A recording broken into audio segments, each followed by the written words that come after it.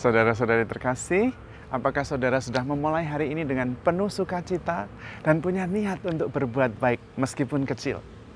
Semoga Tuhan memberkati niat baik saudara.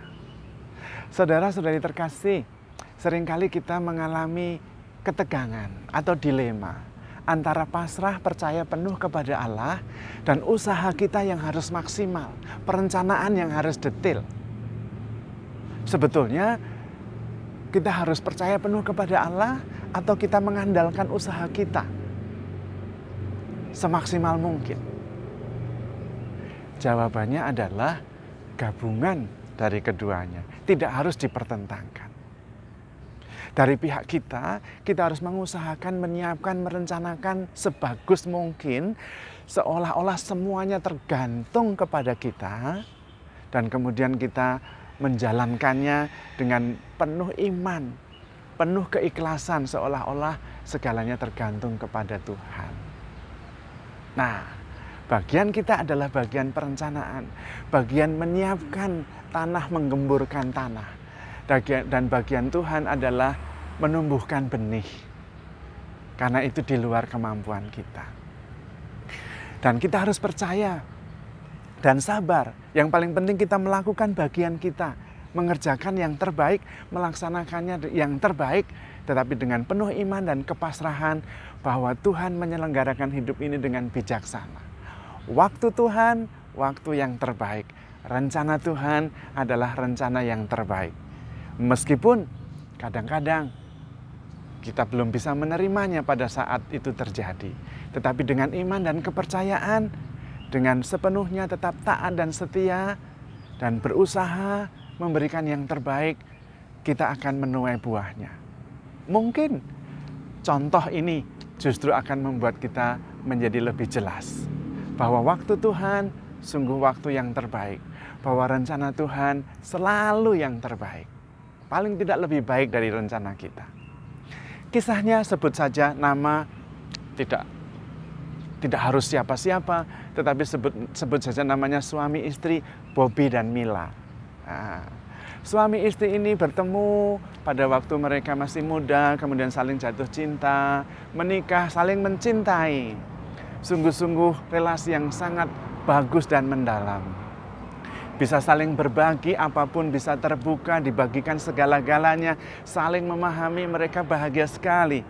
Dan dikaruniai 2 anak yang cantik dan juga yang ganteng. Suaminya Bobby sangat sayang kepada Mila dan 2 anaknya.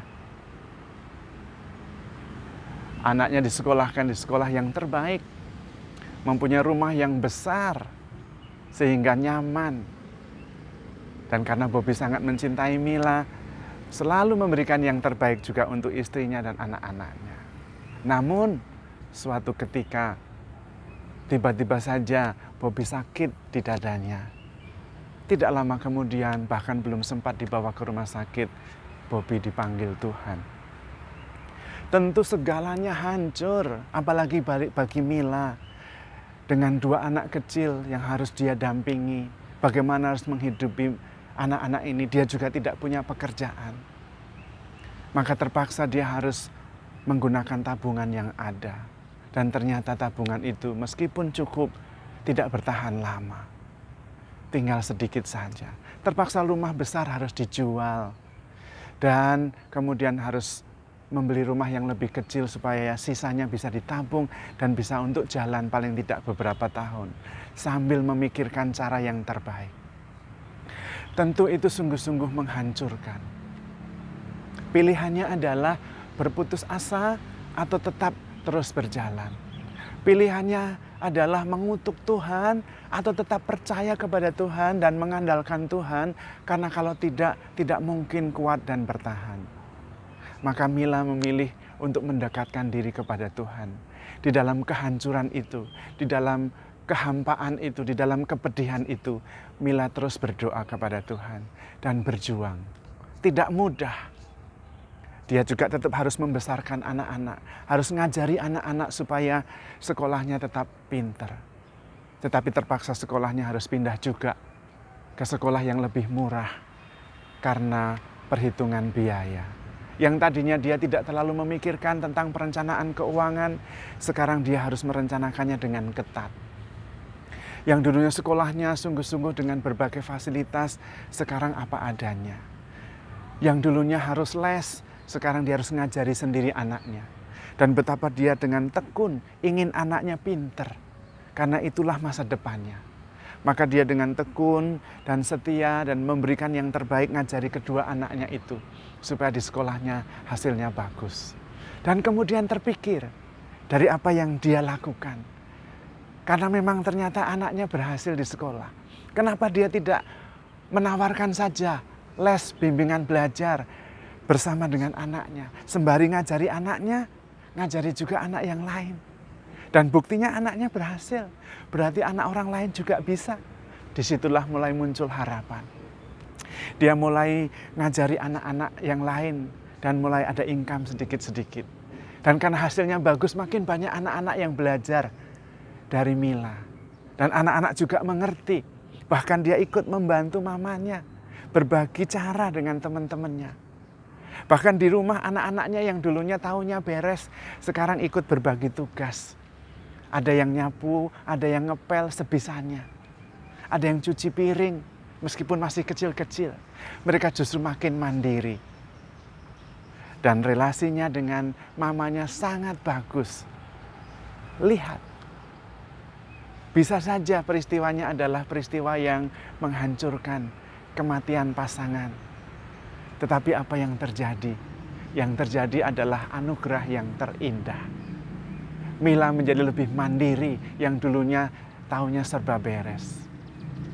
Mila yang dulunya boros menjadi tahu perencanaan keuangan yang baik. Yang dulunya tidak bekerja, sekarang dia berbagi dengan anak-anak yang lain supaya anak-anak yang lain juga lebih pinter. Dia mempunyai empati yang lebih dalam terhadap derita orang lain karena dia pernah mengalami. Dan yang paling membahagiakan Mila adalah kedua anaknya mandiri, tahu diri. Dia bisa hemat, bisa hidup sederhana, bahkan berbagi tugas untuk mengerjakan tugas-tugas kecil yang bisa dia kerjakan. Semua anugerah itu tidak mungkin mereka dapatkan kalau Bobby tetap ada di sampingnya. Lihatlah, di balik derita selalu ada bungkusan besar hadiah yang jauh lebih indah dari Tuhan. Tinggal kita bagaimana bersikap.